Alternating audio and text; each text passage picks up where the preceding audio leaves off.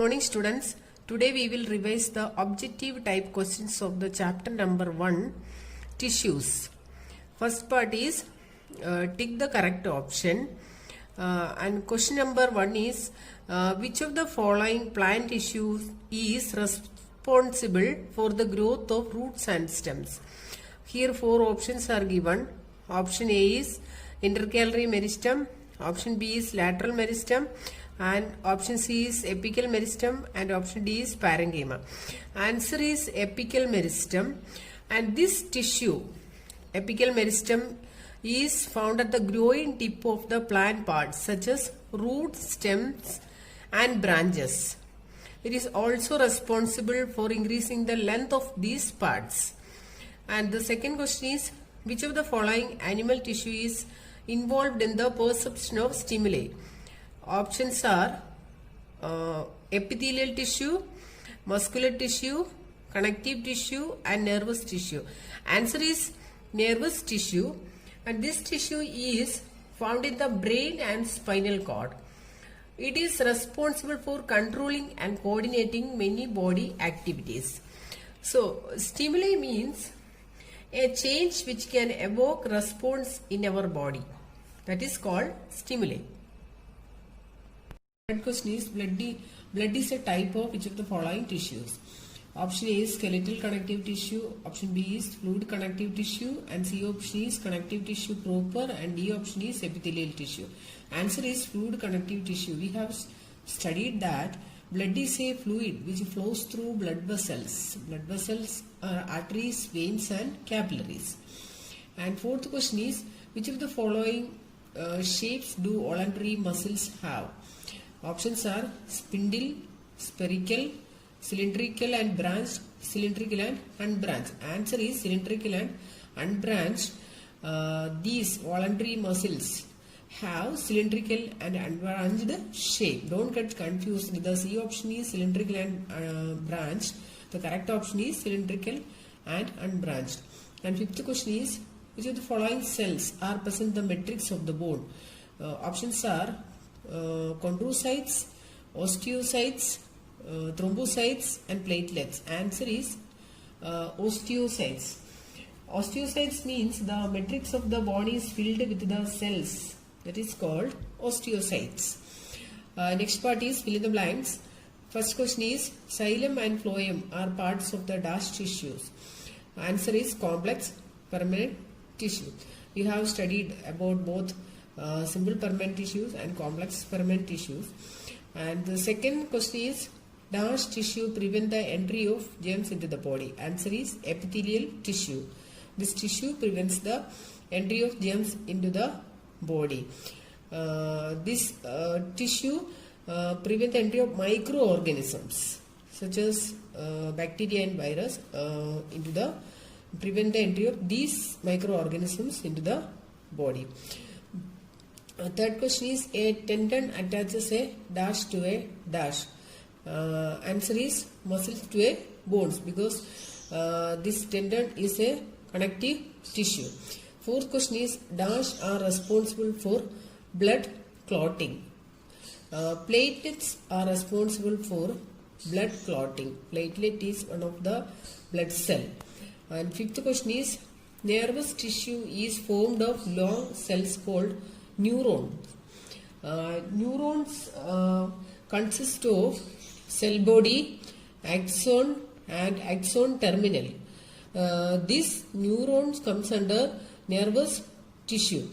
And sixth question is dash is a part of neuron which carries electrical impulses towards the cell body. Answer is dendron. In this question, we have studied about cell body. Cell body is the main part of the neuron, and the dendron or dendrites arises from the cell body. Next part is true or false questions. First question is intercalary meristem is found at the base of the leaves. Answer is true. This statement is true. This intercalary meristem also found just below or above the nodes. Second question is sclerenchyma consists of thin-walled living cell. This statement is false. because this sclerenchyma consists of thick-walled living cells. Next, ligaments and tendons are dense connective tissues. It's a true statement. And cartilage connects the bones to the muscles. It is false statement. Cartilage is present in the knee joint or at the ends of the bones in the joints. Fifth question is, phloem can contact food in both upward and downward directions.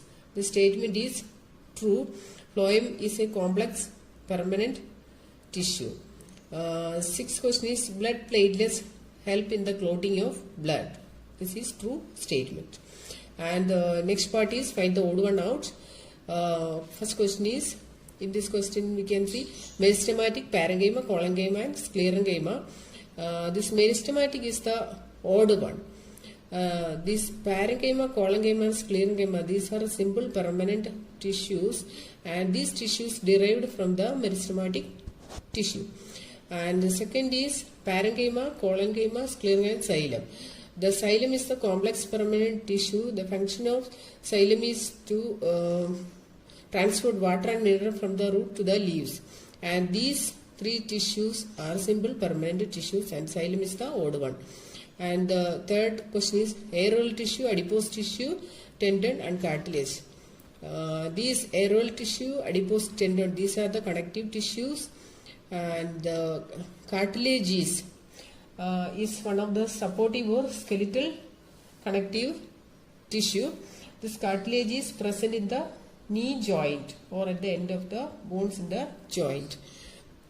Next is RBCs, WBCs, blood platelets, plasma and lacuna. These are the